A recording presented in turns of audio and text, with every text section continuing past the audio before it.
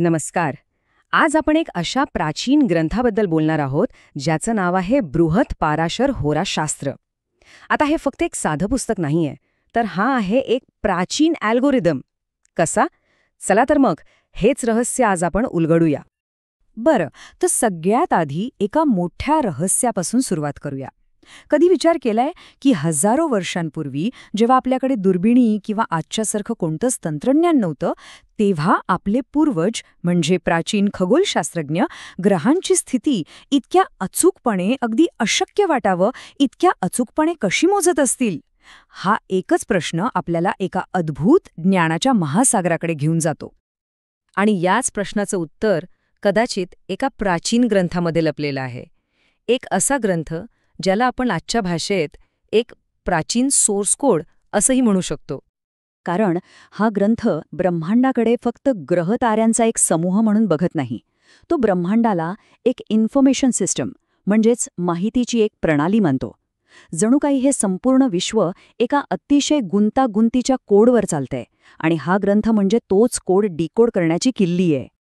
हे बघा, स्क्रीनवर जे दिसतंय ना, ते आहे त्या ग्रंथाचं मूळ स्वरूप. मी त्याचं नाव सांगण्याआधीच फक्त हे पान बघा.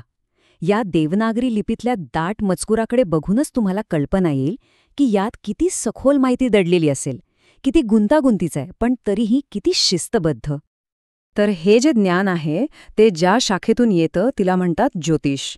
आता ज्योतिष या शब्दाचा अर्थ काय? तर प्रकाशाचे विज्ञान. हो, सायन्स ऑफ लाईट. हे लक्षात घ्या की ही केवळ कोणती तरी श्रद्धा प्रणाली नाहीये, तर ही ऋषीमुनींनी खगोलशास्त्र, गणित आणि सूक्ष्म निरीक्षणांच्या आधारावर विकसित केलेली एक संपूर्ण शास्त्रीय प्रणाली आहे. आणि या ज्ञानाची परंपरा किती जुनी आणि अखंड आहे हे जरा बघा. आपण बोलतोय वैदिक काळाबद्दल, म्हणजे 6000 वर्षांपेक्षाही पूर्वीपासून. तिथून महाभारताच्या काळात, मग सरस्वती सिंधू संस्कृतीत, त्यानंतर मौर्य, चालुक्य, चोल यांसारख्या मोठ्या साम्राज्यांमध्ये. इतकंच नाही तर मोगल आणि मराठा काळातही ही परंपरा टिकून राहिली. आणि आज आधुनिक काळातही ती जिवंत आहे. हजारो वर्षांपासून चालत आलेली ही जगातली एकमेव जिवंत प्राचीन ज्ञान परंपरा आहे. अविश्वसनीय आहे, नाही का? चला तर मग आता थोडं अजून खोलात जाऊया आणि बघूया की हा ग्रंथ या ब्रह्मांडातील घटकांना म्हणजे ग्रहांना एखाद्या कोडप्रमाणे कसं परिभाषित करतो. हे बघा, हा ग्रंथ फक्त ग्रहांचं वर्णन नाही करत, तर तो त्यांना इतक्या अचूकपणे वर्गीकृत करतो जसं की आपण एखादा डेटाबेस वाचतोय. यात फक्त काव्यात्मक वर्णन नाही, तर प्रत्येक ग्रहाचे गुणधर्म, त्याचा स्वभाव, त्याची वैशिष्ट्य सगळं काही अगदी शिस्तबद्ध पद्धतीने मांडलेलं आहे. उदाहरण म्हणून हा श्लोक बघा. हा श्लोक आहे भौम म्हणजे मंगळ ग्रहाबद्दल. याला आपण मंगळासाठी लिहिलेला एक सोर्स कोड म्हणू शकतो, कारण यात त्याचे सगळे गुणधर्म परिभाषित केले आहेत. आता या श्लोकाचा अर्थ काय होतो? जेव्हा आपण याचं विश्लेषण करतो तेव्हा आपल्याला मंगळाचे अगदी विशिष्ट गुणधर्म मिळतात. जसं की त्याची दृष्टी क्रूर आणि रक्तासारखी लाल आहे. त्याचा स्वभाव चंचल पण उदार आहे. प्रकृती पित्तप्रधान आणि क्रोधी आहे. आणि शरीरयष्टी कंबर बारीक आणि मध्यम उंची. पाहिलं, प्रत्येक गोष्ट अगदी स्पष्टपणे नमूद केली आहे. आणि हीच पद्धत फक्त मंगळापुरती नाही, तर प्रत्येक ग्रहासाठी वापरलेली दिसते. चला अजून एक उदाहरण घेऊया, सूर्याचं. हा श्लोक सूर्याची व्याख्या करतो आणि तीही त्याच शिस्तबद्ध पद्धतीने. आता सूर्याचे गुणधर्म बघा. डोळे मधासारखे पिवळसर, शरीर चौरस बांध्याचं, प्रकृती पित्तप्रधान आणि स्वरूप तेजस्वी. अगदी केसांबद्दलही लिहिलंय की थोडे केस असलेला, म्हणजे किती नेमकेपणा आहे. आणि यातला सगळ्यात महत्त्वाचा मुद्दा हा आहे की या प्रणालीतला प्रत्येक घटक असाच पद्धतशीरपणे एका विश्वकोशासारखा परिभाषित केला आहे. हे काहीही यादृच्छिक नाहीये, तर हे अत्यंत संरचित आहे.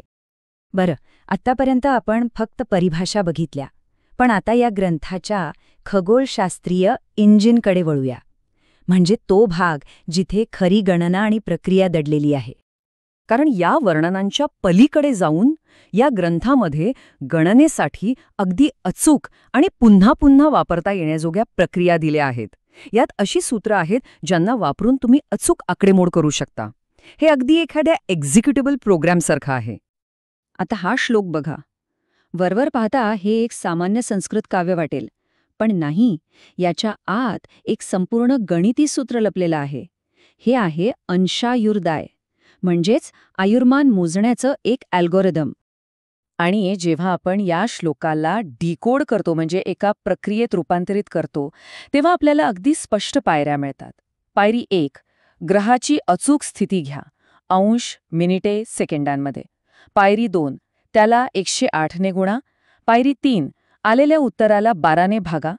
आणि चौथी पायरी, जी बाकी उरेल तेच त्या ग्रहाने दिलेलं आयुष्य असेल, वर्षे, महिने आणि दिवसांमध्ये. पाहिलंत? एका संस्कृत श्लोकात एक संपूर्ण अल्गोरिथम कसा दडलेला आहे, आणि ही पद्धत पूर्णपणे अचूक आहे. आता एक विचार करा, मागच्या स्लाइडमध्ये आपण जे अल्गोरिथम पाहिलं तशी गणना करण्यासाठी भरपूर डेटा लागतो, बरोबर? तर हा ग्रंथ अशाच गुंतागुंतीच्या डेटा टेबल्सनी म्हणजे तक्त्यांनी भरलेला आहे. हा द्वादशांश तक्ता त्याचं एक उदाहरण आहे. प्रत्येक गणनेसाठी लागणारा संदर्भ या तक्त्यांमधून मिळतो.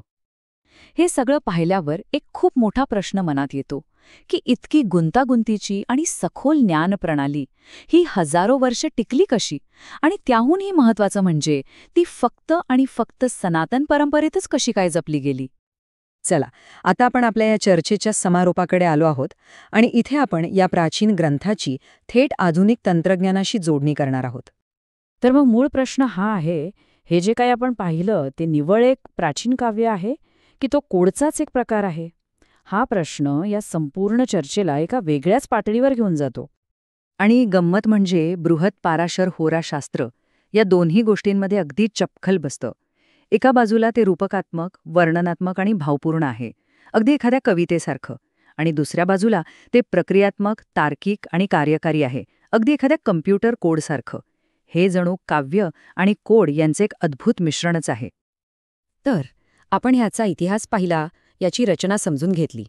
पण हा सगळ्यात मोठा प्रश्न अजूनही बाकी आहे की हे प्राचीन काव्य संगणकाच्या कोडप्रमाणे प्रत्यक्षात काम कसं करतं. याच प्रश्नाचं उत्तर शोधण्यासाठी आमच्यासोबत भाग 2 मध्ये नक्की सामील व्हा, जिथे आपण चक्क या संस्कृत श्लोकांना थेट पायथन कोडमध्ये रूपांतरित करणार आहोत.